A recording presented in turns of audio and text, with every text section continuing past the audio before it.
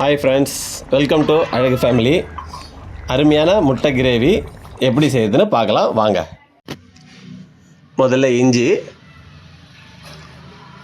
அப்புறம் பூண்டு, அப்புறம் 2 பச்சை மிளகா,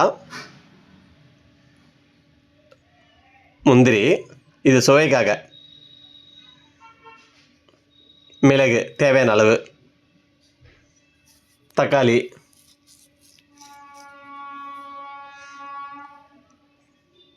புதினா இது வாசனைக்காக, தயிர் அது டேஸ்ட்டு கொடுக்கும் அதுக்காக.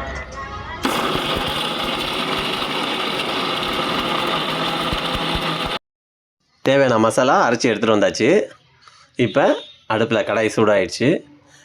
எண்ணெய் ஊற்றிட்டு மிளகுத்தூள், மிளகாத்தூள், மஞ்சத்தூள், எண்ணெய் போட்டு முட்டையை லேசாக வறுத்து எடுத்துக்கலாம்.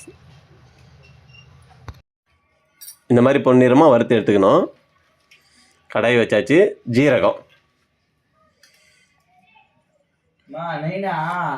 வெங்காயம். அடுப்பு சிம்மில் வச்சிங்க. நான் கொஞ்சம் அதிகமாக வச்சுட்டேன், நீங்கள் சிம்மில் வச்சிங்க. நல்லா வணக்கி எடுத்துங்க வெங்காயத்தை.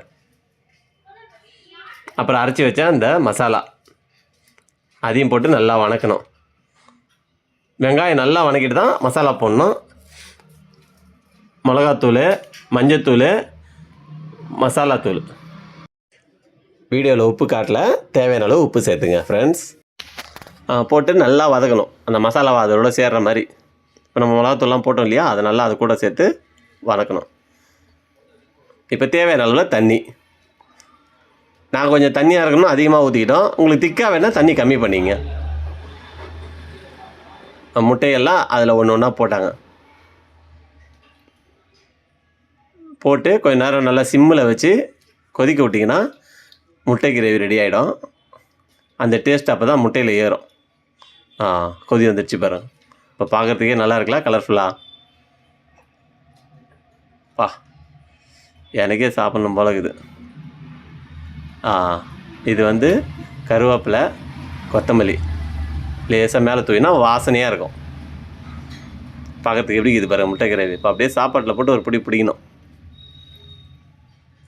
நல்லா வாசனை கும்முன்னு வருது. சாப்பாடு ரெடி ஆகிடுச்சு. ரசம் ரெடி ஆகிடுச்சு. முட்டை கிரேவி ரெடி ஆகிடுச்சு. சுட சுட முட்டை கிரேவி போடுறாங்க சாப்பாட்டில். இன்றைக்கி ஒரு பிடி பிடிக்க வேண்டியது தான். என் பையன் சாப்பிட்றான். சாப்பிட்டு டேஸ்ட்டு சொல்லுவான் பாருங்கள் எப்படி இருக்குன்னு. என் பொண்ணு சாப்பிட்றான், அவளும் சொல்லுவாள் டேஸ்ட்டு எப்படி இருந்துச்சுன்னு. 2 பேரும் இப்போ சொல்லுவாங்க எப்படி இருக்குன்னு. அதை பார்த்துட்டு நீங்களும் அதே மாதிரி செஞ்சு பாருங்கள். நல்லா ஃப்ரெண்ட்ஸ், நாங்கள் எல்லாம் சாப்பிட்டோம். நல்லா டேஸ்ட்டாக இருந்துச்சு, நல்லா இருந்துச்சு. இதேமாதிரி நீங்களும் ட்ரை பண்ணி பாருங்கள். எதானா கமெண்ட்டில் சொல்லுங்கள், நான் பார்க்குறேன்.